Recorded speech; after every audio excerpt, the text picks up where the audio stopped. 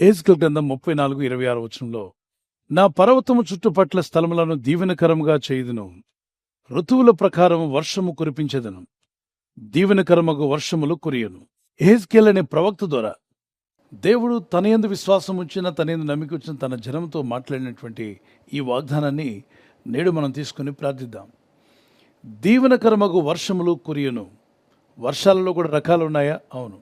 తుఫానులు వస్తున్నాయి, గాలి తుఫానులు వస్తున్నాయి, భారీ వర్షాలు, కుండపోత వర్షము, ముసురువాన, రకరకాలైనటువంటి వర్షాలు ఉన్నాయి.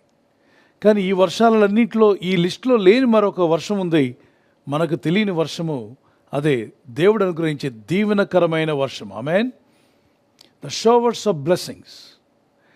ఆ వర్షం ఎలాంటిది అంటే దీవెనలు కుమ్మరించే వర్షం. చూడండి, మన వర్షంలో నిలబడినప్పుడు తల నుండి అరికాల వరకు తడిసిపోతాం. మరి దేవుడిచ్చే దీవెనకరమైన వర్షాల్లో ఏం జరుగుతుంది? తల నుండి అరికాల వరకు దీవించబడతాం.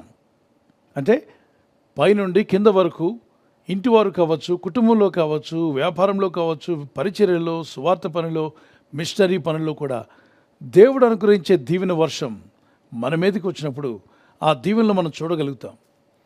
యెహోవా ఆశీర్వాదము ఐశ్వర్యం ఇచ్చును అని సామెత 10:22 వచనంలో రాయబడింది. అది నరుల కష్టం చేత అధికము కాదు. చాలామంది అనుకుంటూ ఉంటారు, నేను కష్టపడి ఏదైనా చేస్తానని. మంచిదే, చేయి. కానీ దైవ సహాయము, నీ కష్టము రెండూ కలవాలి.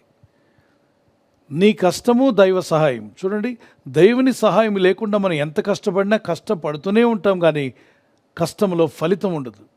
అందుకే మీ కష్టార్జితము దీవించబడిలాగున ప్రార్థించండి. యోబు గ్రంథం 1వ అధ్యాయం 8 నుండి 10వ వచనం వరకు దేవుడైన ప్రభు యోబు యొక్క కష్టార్జితాన్ని, చేతుల కష్టార్జితాన్ని ఆశీర్వదించిన గనుక అతడు ఆ దేశంలో గొప్పవాడాయను. మొదట కొద్దివాడే, తుదను మహా అభివృద్ధి పొందుకున్నాడు. ఎలా పొందగలిగాడు? మహా అభివృద్ధిలోకి ఎలా వెళ్ళగలిగాడు అంటే, ఇతను దేవుని విశ్వాసము కలిగి ప్రార్థించేవాడు, దేవుని పట్ల నిరీక్షణ కలిగి ఉన్నాడు, దేవుణ్ణి ఆధారంగా చేసుకున్నాడు, ప్రయత్నం కూడా చేశాడు. ఊరికి ప్రార్థించి ఊరుకోలే, ఆయన వ్యాపారం చేసేవాడు. ఒక బిజినెస్ మ్యాన్ చిన్నగా ప్రారంభించిన ఆ వ్యాపారం ప్రార్థనతో ప్రారంభించాడు, ప్రార్థనతో సాగించాడు. మరి ప్రతి పనిలో ఒడిదుడుకులు ఎన్నో వస్తుంటాయి బిజినెస్లో, అన్నింటిలో కూడా ప్రార్థన ద్వారానే జయించడం ప్రారంభించాడు. దేవుని ఆలోచనలు తీసుకున్నాడు. ఇబ్బంది కలిగిన, నష్టం కలిగిన దేవుణ్ణి విడిచిపెట్టల. ఆ ప్రార్థన కొనసాగుతూనే ఉంది.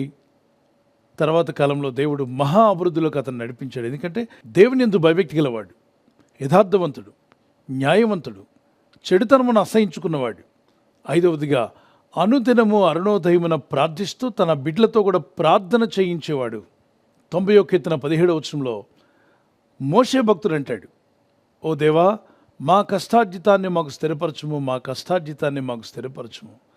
మేము కష్టపడింది లోకం పాలు, అన్యుల పాలు, రోడ్డు పాలు కాకుండా మేము కష్టపడింది మాకు, మా కుటుంబాలకు నిలబడేలా మీ దీవెనలు కావాలి. ఒకవైపున మా కష్టము, పైనుండి మీ దీవెన. ఎప్పుడైతే మీ దీవెన వర్షం మా మీదకి వస్తుందో, మేము కష్టపడింది అన్యుల పాలు కాకుండా, లోకుల పాలు కాకుండా, రోడ్డు పాలు కాకుండా అది నిలబడుతుందేవా, మా కష్టార్జితాన్ని మాకు నిలబెట్టమని ప్రార్థించాడు. దేవుని సన్నిధిలో ప్రతిదినం ఉదయకాలం, సాయంకాలం ప్రార్థనలో పాల్గొంటూ మొరపెడుతున్న మీరు ఫలించుదురుగాక. షల్ వి ప్రే. ప్రార్థన చేసుకుందాం.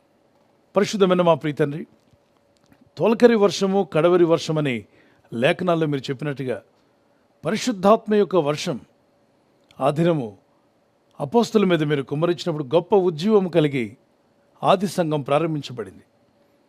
నేటి దినాల్లో కూడా గొప్ప ఉజ్జీవం రావాలి. ప్రతి దేశంలో కూడా ఉజ్జీవం కనబడాలంటే ఆత్మ ఉజ్జీవాన్ని కుమ్మరించిన ఆయన కడవరి వర్షాన్ని కుమ్మరించండి. అలాగనే నీ ప్రజలు ప్రార్థిస్తూ మొరపెడుతూ ఉండగా దీవెన వర్షాన్ని కూడా కుమ్మరించమని అడుగుతున్నాను. ఎహెజ్కేలు గ్రంథంలో మీరు రాయించిన ఆ దీవెనకరమైన వర్షాలు మాకు, మా కుటుంబాలకు, సంఘాలకు, పరిచర్యలకు దయచేయండి. ఈ రాత్రి నెమ్మదితో పండుకొని సురక్షితంగా కాపాడబడినట్లుగా నీ అగ్ని కంచి వేసి మమ్మల్ని కాపాడండి.